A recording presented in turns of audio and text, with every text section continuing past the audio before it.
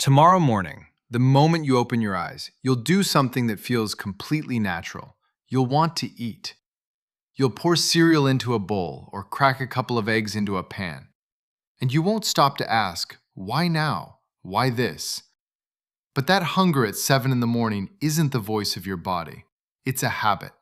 And this habit has authors with names, addresses, and bank accounts. Someone built your hunger. And today, you're going to see who. For almost all of human history, breakfast, the way you know it, didn't exist. For 300,000 years, people ate when there was food, usually once, later in the day, around the fire. In the morning, nobody stuffed their stomach. The very word breakfast means to break a fast, the long, hungry night, and no one was in a hurry to break it in the first minutes of the day. Your body doesn't even ask for food in the morning. As you wake, cortisol rises in your blood, and your liver releases its own stored sugar. You were built to wake up and act, not to chew. To understand where the bowl in front of you came from, we have to go back to 1894. Michigan, a quiet town called Battle Creek. On a hill stands a large white building, a sanitarium. It's run by a doctor obsessed with a single idea, that almost every human illness comes from what we eat, and from what we want.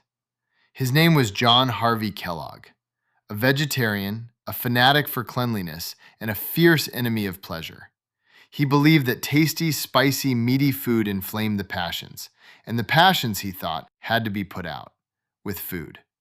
So he searched for a meal so bland, so dull, that it would calm the body instead of exciting it. One day, he and his brother Will left boiled wheat out overnight. By morning, it had gone stale. They ran it through the rollers anyway, and out came flakes. Corn flakes were not invented as a treat. They were invented as a medicine against desire. But that was only the surface.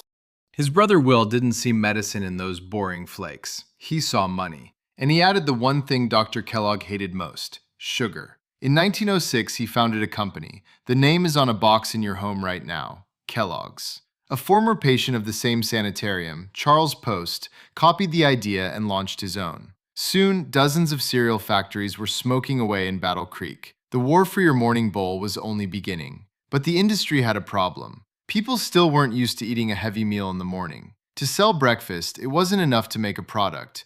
You had to convince an entire nation that without breakfast, it was sick. And that's when a man stepped forward who didn't sell food. He sold thoughts. His name was Edward Bernays, the nephew of Sigmund Freud. They call him the father of public relations. He was the first to understand one simple thing. You don't have to convince a person to buy. You change the world around him so that he wants it himself.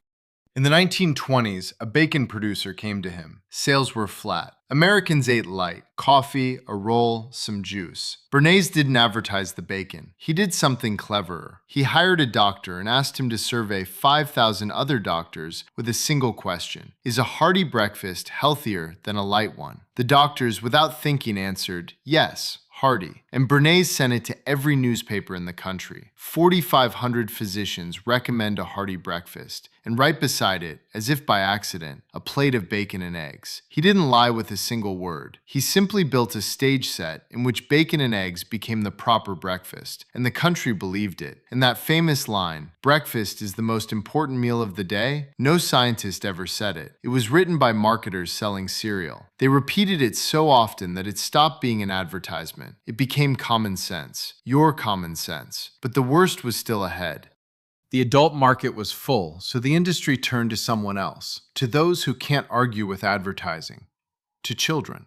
Talking tigers, rabbits, and elves appeared on the boxes. Bright colors, a prize inside, and then they poured in the sugar, sometimes half the box. The ads ran on Saturday mornings between the cartoons. A child couldn't read yet, but already recognized the tiger and tugged at his mother's sleeve in the store. A whole generation grew up believing that breakfast means sweet and passed that belief on to their children, to you. Fine, you'll say, so it's advertising. But science confirms breakfast is good for you, doesn't it? Here's where it gets truly interesting. Yes, there are studies. People who eat breakfast are slimmer and healthier, but they show a correlation, not a cause. People who skip breakfast smoke more, sleep worse, drink more. It might be that, not the bowl of cereal. And many of the proofs of breakfast benefits were paid for by the very companies that sell it. When scientists tested it honestly, in controlled trials, the result was this. Breakfast doesn't speed up your metabolism, and on its own, it doesn't help you lose weight. Skipping it does no harm. Your body knows how to go without a morning meal. It was simply never allowed to. So let's come back to tomorrow morning. You'll wake up. Within an hour, you'll feel hungry, and you'll decide it's your body asking for food. But now you know this hunger, right on schedule, was built by a doctor who feared pleasure, by his brother who loved money, by a man who sold thoughts instead of things, and by a tiger on a box. You are not weak and you are not broken if you don't feel like eating in the morning. Someone simply decided a long time ago that you should want to, and you've just seen their hand. The most important meal of the day isn't breakfast. It's the moment you first ask, who wrote your menu?